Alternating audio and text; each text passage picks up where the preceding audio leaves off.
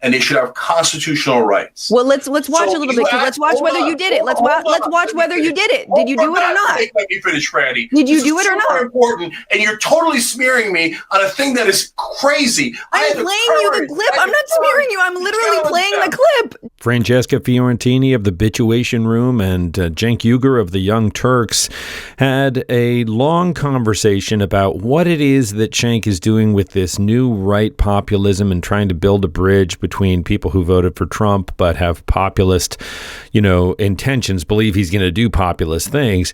And, this is an ongoing thing on the left. I'm sure if you're watching this channel, you're aware of it. But I've done a series of videos on this, and this clip today, they are dialing in on specifically, whether or not Cenk is being kind of a hypocrite in terms of what he's doing. I'm going to have my thoughts as we go, and then I want to know what you know in the comments, but let's take a look together. Cenk, I'm playing the clip. Will you let me talk? I said... I had the courage to challenge them on constitutional rights for trans people. You asked me to have the courage to challenge them. I did, and now you're attacking me for it. No, I'm not attacking you for it. I'm saying you have characterized this. Look at this. They didn't agree with you. No. I'm saying you're trying to get them to agree to constitutional rights. That's exactly what we should do. We should say trans people are just like every American citizens, and they should have constitutional rights. I go and have the courage to challenge that audience to that, and then you want to make fun of it? Like I'm saying agree with you. What do you want? Do you want me to challenge them, or do you not want me to challenge them? Make up your mind. It was a big swing. You agreed that it was a little bit of a miss. And by the way, you're not exactly right about that either. So I was in the room. 2/3 of them cheered. 1/3 of them clearly did not, and groaned and cheered. The people who were cheering were not mic'd properly. I understand. Look. It was a swing. It's good you asked, but I didn't think that you really had like a save for that, because I think you were like you actually gave them credit for the few people that agreed. And meanwhile, Cenk, you have so much disdain for our side. If I say, hey, I believe trans people should play in sports, you have so much disdain. You get so mad. But here you are, and here is what you say. Constitutional right to housing. Okay, so I hear you. What I got out of that, guys... I'm just trying to be the interpreter. Yeah.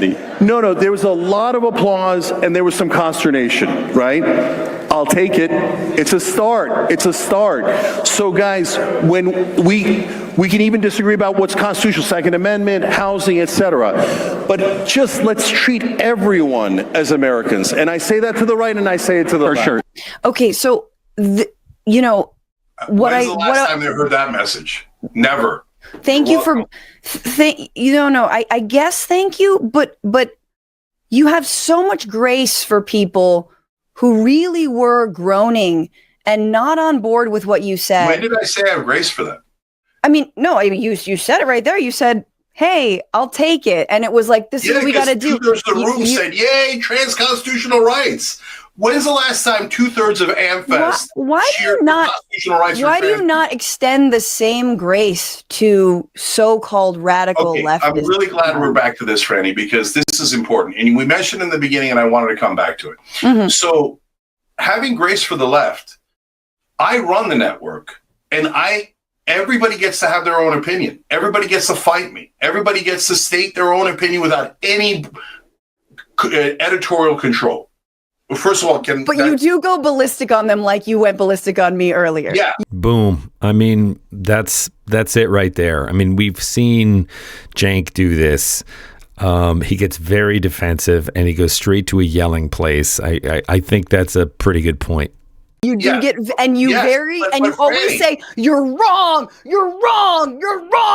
You want me to do that? I can do it too. You're wrong. You're an idiot. You're wrong. We can do it. We know what you do when you disagree. I'll take it. Hold on. This is super important for the audience to know.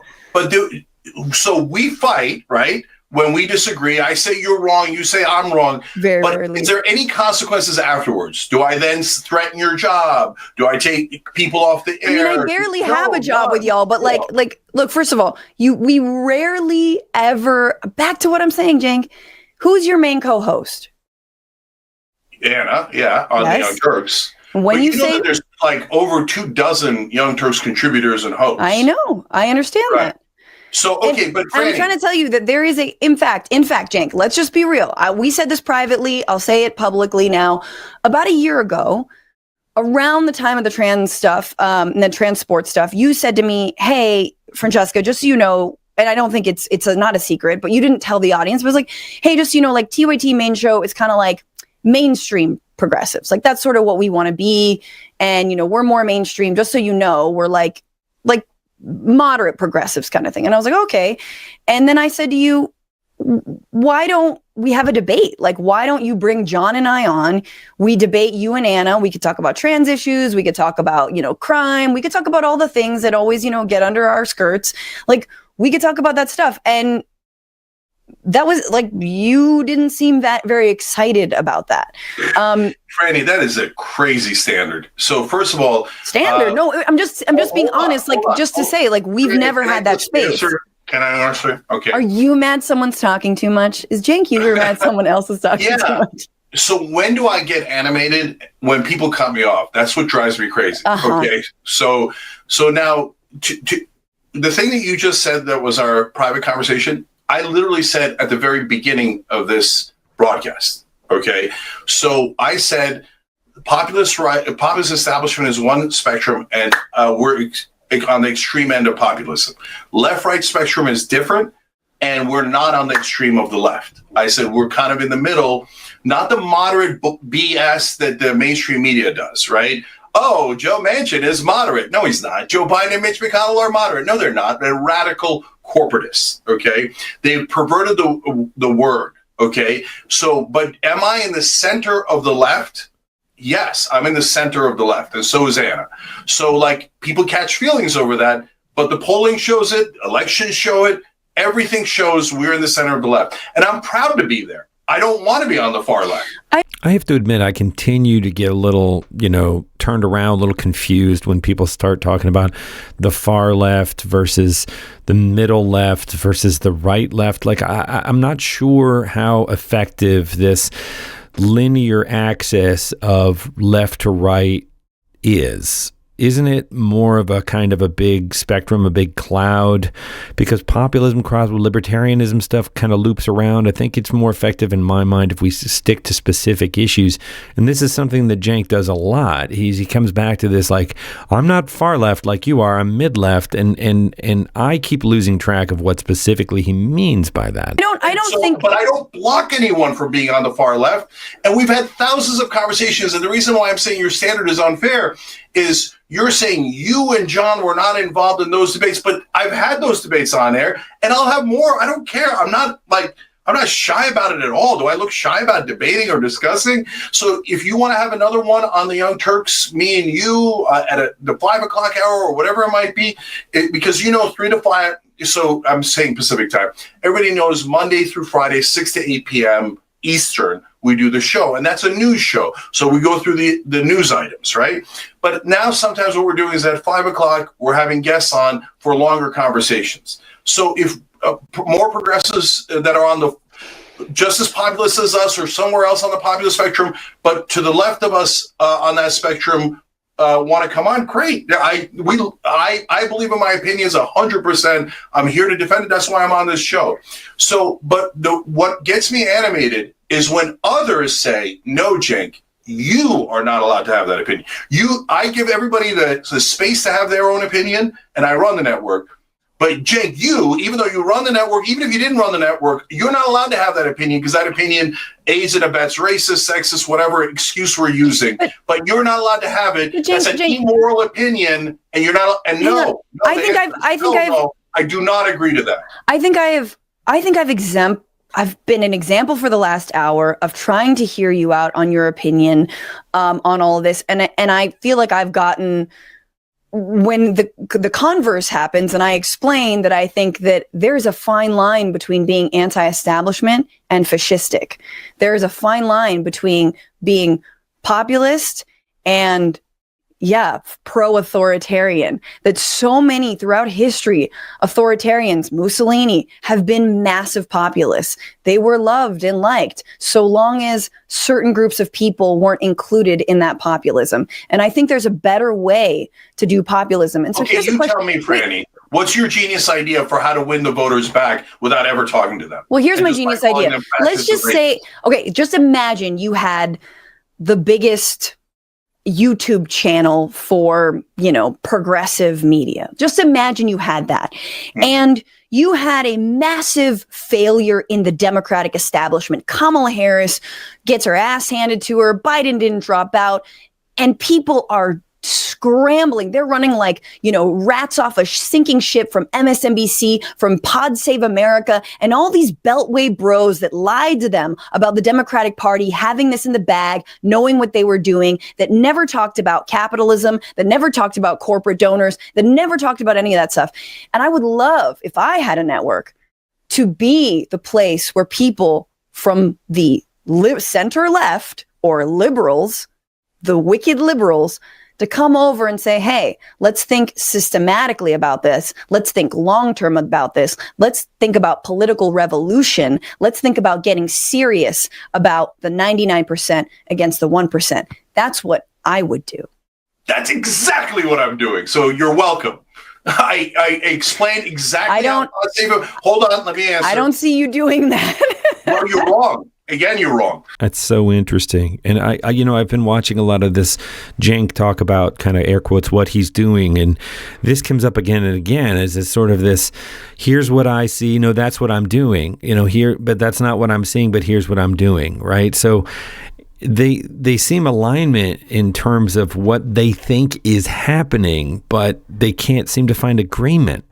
So, I explained how Pod Save America and The View and Morning Joe were so full of crap, pretending that they knew all along that Joe Biden had trouble. Then why didn't you say it, you liars? Why did you protect him all along? I ran against Joe Biden. I did a petition against Joe Biden. I said we should do an open primary. My number one motivating factor is to find a populist left figure that wins that 2028 primary. That is the most important thing in the world. And now you've got me scared, Franny, that all of a sudden, like, if the far left peels off and goes and agrees with the establishment and votes with them, I will lose my freaking mind. It will be the greatest betrayal of this movement that I have ever seen. So I am massively against I don't think you consider anyone on the left should be massively against the establishment. So what you're using is fear of the right-wing populism going south on us, which is a real fear, which I'm trying to guard against. To say, to now all of a sudden, well, maybe the establishment's not so bad. No, the establishment's horrible. It's horrible. I'm not going back in that prison. I'd rather be in the populist woods with real human beings fighting and battling and trying to get to the right answer and the right coalitions than to be in an establishment prison where we're now locked up by Mitch McConnell and goddamn Dick Cheney and Joe Biden and Pelosi, and we're marched back into continue the robbery. Thank you, sir, for the robbery. We appreciate your stupid and the right's robbery. Not robbing people. The right doesn't rob people. So no, but look at that, Franny. Look at what you're saying. I just said 200 times in this interview that Trump's a fake populist. And there's going to be a huge concretely. robbery. I don't know who you're talking about. Concretely, so you think the right's not going to do it? No. I'm just like that? let me just say how I see it. Just you've explained how you see it. So I've been covering Trump since 2016. We covered his rise. One of the big videos we did in AJ Plus was like, why do people like Trump, right? And everyone was like, oh no, we have to talk about why people like Trump, and it's so obvious. The outsider tells it like it is, very direct. Yes. Not afraid to upset. The normal establishment order of you gotta be a politician, you gotta be this. Of course, there's a million. He's kind of funny. There's a million reasons, and right. And there's a million reasons why people like him, and yet obviously there is a massive danger. My brain just made the biggest fart noise on me, and I do not remember exactly what I was saying. But that's okay. Well, I think that's as good a place to stop as any. I mean, I think this is. I think, Cenk is really believes he's doing the right thing, and I applaud that, and we do have to figure out a way forward. And to me, there isn't. Like, how we get out of our current situation now that this administration has pretty effectively undermined what is true, and the big social media platforms like this, where we're all getting our information nowadays, are Zuckerberg just said he's going to turn off, the parts of the platform that flag misinformation. It's basically the Wild West in terms of fact checking. I don't know how we educate and find common ground on it. It just seems like it's getting worse and worse. But anyway, this is an ongoing, unfolding thing. I want to know what you think in the comments.